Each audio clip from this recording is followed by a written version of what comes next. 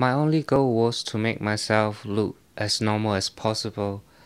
It seems to be the only answer to my life because I didn't want to embarrass my family. I grew up in Malaysia with my mom, dad, and 3 sisters. My father always taught us to be good people, not to live for yourself, but to live for others. The teaching of Confucius strongly penetrates the whole of Malaysian Chinese society. You have to carry on your family name, you need to marry, have children, and then look after your parents. And because Malaysia is a Muslim country, gay is a big no. I can't recall a happy childhood. I was really skinny and fair, and a lot of people call me a girly boy. I only remember being sad and scared and anxious. Once my parents brought in a Chinese priest to help stop me crying and screaming all the time. No one really knew about mental health. Either someone was crazy or they were not.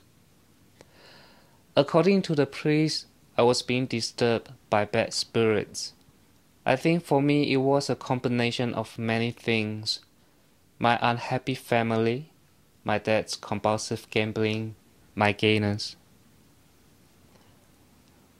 I remember when I was about 11, reading a newspaper article that described what a homosexual was.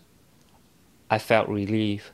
Suddenly I had a name that described my feelings. But I also felt sad. The article was quite negative. The only example I knew was that if you are gay, you're abnormal. You become a transgender and sell yourself on the street.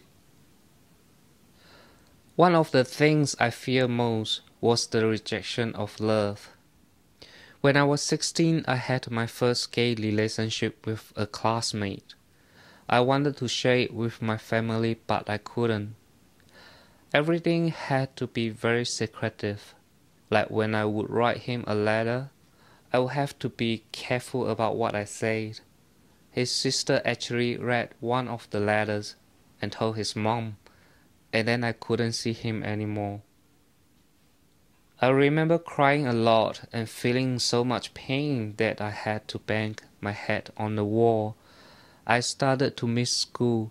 My chest always felt really sore, and I didn't have the energy to do anything.